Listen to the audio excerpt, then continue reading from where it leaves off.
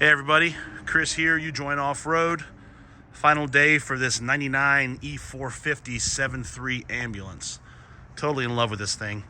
It does have our 8-inch kit on 37s, so I'll talk about that a bit. We did kill the 8-inch lift about a year ago.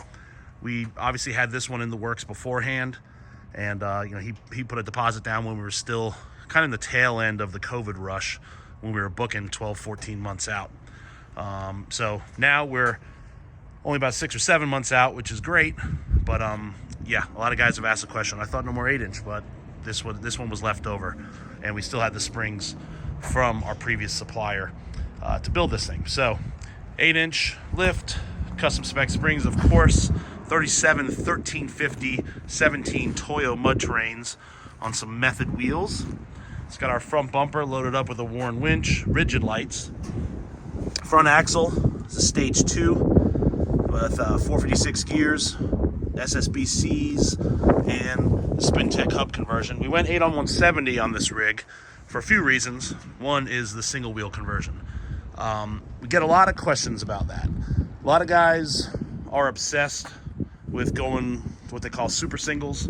Most of the time I say no, and it's usually because of weight capacity. So this rig, sorry, I made a little cheat sheet, peeled off the back of my phone. So this rig on the rear, as it sits right now, weighs 6,080 pounds. These tires are rated for 4,300 each, which puts us at 8,600 over the rear end, and we spec the springs for 8,500. So he's got a total capacity of about 2,500 pounds he can add to the rear of this thing as it sits.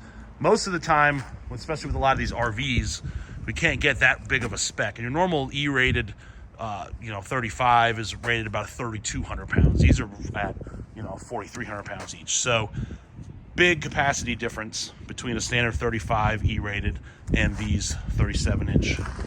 They're still E-rated, but they're rated at 4,300 pounds. Out back, we've got a 6-inch spring with a 2-inch block, single Fox 2.0. It had a big sway bar on it, so we just changed the links out.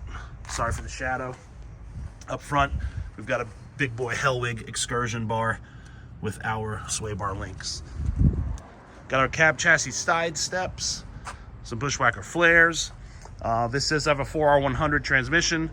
It's one of those that had the e-brake on the back of the transmission, so we took that off.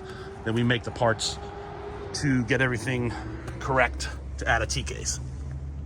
Out back, this thing is a Dana 80. It's kind of rare to find an actual Dana 80 in these things. So we did a 456 gear swap in a Detroit True Track with a diff cover. Yeah, another big thing. Guys always want lockers in the back of these ambulances and RVs, and you just never really know what axle is going to be in it. It could be a Dana 70, Dana 70 HD, Dana 70U, Dana 70S, or it could be a Dana 80 like this one. And aftermarket support just isn't fabulous. Out back, he had a weld together rear hitch that was made for an E450 chassis. As you can see, the ambulance manufacturer kind of cut the frame, hacked the frame off at that angle. So we made this plate that welds here. Then we through bolted our own side plates to mount this giant hitch. We feel much more confident about that, especially since the frame was basically gone and then just recreated with these open channel tubes from the ambulance manufacturer. So big boy hitch installed, and yeah, that's it. Gonna put a few more miles on it before it goes home today, but not a lot of goodies. We wired the lights to his factory console, put a 2-piece shifter in it, and sorry, we just had to glue down a switch today for the line lock, so he's got some tape holding out. All right, well, that's it. Killer rig, drives amazing, turns heads, and just look at it. Man, these things look so good on 37s. We might have to reintroduce the 8-inch kit. Our new spring supplier is much more reliable and has been doing a great job on the springs. They just haven't done an 8-inch spring yet. They're capable of it, but we wanted to get everything else dialed in with the 6-inch kits and get caught up before we did more 8s. So let us know what you think. If you're interested in an 8-inch kit, let me know. We could probably make it happen, just because these things are awesome. Thanks for watching. If you don't follow us on social media, please do. Instagram and Facebook. I'm active on Instagram daily. And if you've got any questions, leave them in the comments or shoot me an email, chris@ujointoffroad.com. Bye.